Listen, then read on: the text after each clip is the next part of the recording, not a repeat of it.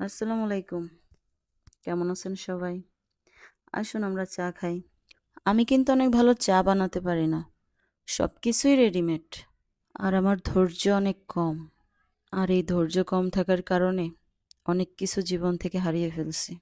বিশ্বাস করেন, এটা নিয়ে আমার কোনো আফসোস নেই। আফসোস একটা জায়গায়।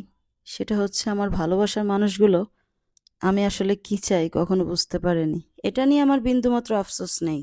কারণ আমি জানি আমি নিজের জায়গায় সঠিক আছি। কে কি বলল তাতে আমার কিচ্ছু আসে যায় না। আমি মনে করি ভুলকে ভুল বলা আর সঠিককে সঠিক বলার সাহস প্রতিটা মানুষের থাকা উচিত। আমি যদি কখনো কোনো ভুল করি আর বুঝতে পারি, আমি সহজেই মেনে নেই যে হ্যাঁ আমি ভুল করছি। কিন্তু আমার আশেপাশে এমন মানুষ আছে যারা দিনের পর দিন ভুল করে, কিন্তু যখনই ভুলটা তাদের ধরিয়ে দিতে যায় তখন বিভিন্ন লজিক দাঁড় করিয়ে দেয়। তারা মানতে নারাজ যে তারাও ভুল করছে। কৃষ্ণ করলে লীলা আর আমি করলে ভিলা। তাদের করা অন্যায় সাপোর্ট দিলে জান, পরাণ, কলিজা, তোতা পাখি, ময়না পাখি, পাগলি, কানা, কত নাম ধরে ডাকে।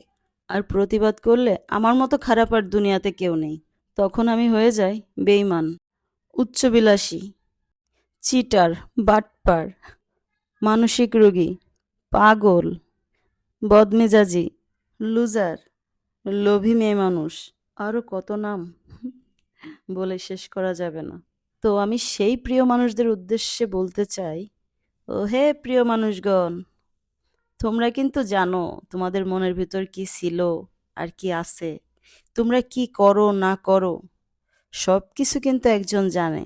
আমি সামান্য একটু জানি। আর যতটুকু জানি এতটুকুই আমার জন্য যথেষ্ট তোমাদের চেনার জন্য। তেলবাজি আমার স্বভাবে নেই, আগেও ছিল না, আর ভবিষ্যতেও থাকবে না। মৃত্যুর আগ পর্যন্ত আমি এরকমই থাকবো। তাতে আমার কিচ্ছু যায় আসে না।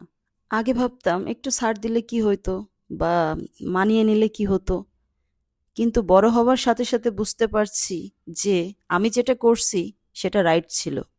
আমাকে বদলানো তোমার সাধ্যের বাহিরে। আমি জন্ম থেকে এরকম। পারলে একটু নিজেকে বদলাও।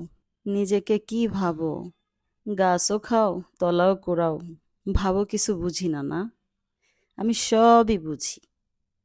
ওই যে তোমরা বলো আমি ধৈর্যশীল না, তাই ধৈর্য ধরে তোমাদের খেলা দেখতেছি। তবে আমি অনেক লাকি, আমার প্রিয় মানুষগুলো খুব ভালো খেলোয়াড়। তবে প্রতিটি খেলার একটা শেষ আছে। রুলস ব্রেক করো না, হ্যাঁ?